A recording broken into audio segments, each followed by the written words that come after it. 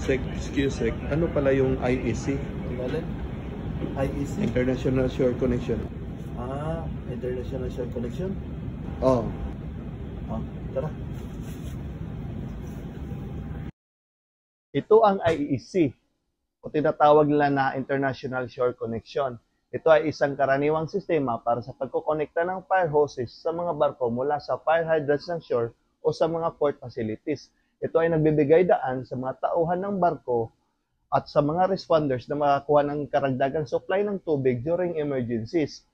Ang IEC ay nakastandard ito mula sa flange, bolts, nuts, washers, and even wrenches. Nire-require ng SULAS ang mga barko na dapat meron silang international shore connections mula sa 500 gross tonnage pataas. Dito sa barkong ito, meron kaming dalawa. Ang isa nandito at ang isa nasa manifold upang madaling ma-access ito during fire emergencies.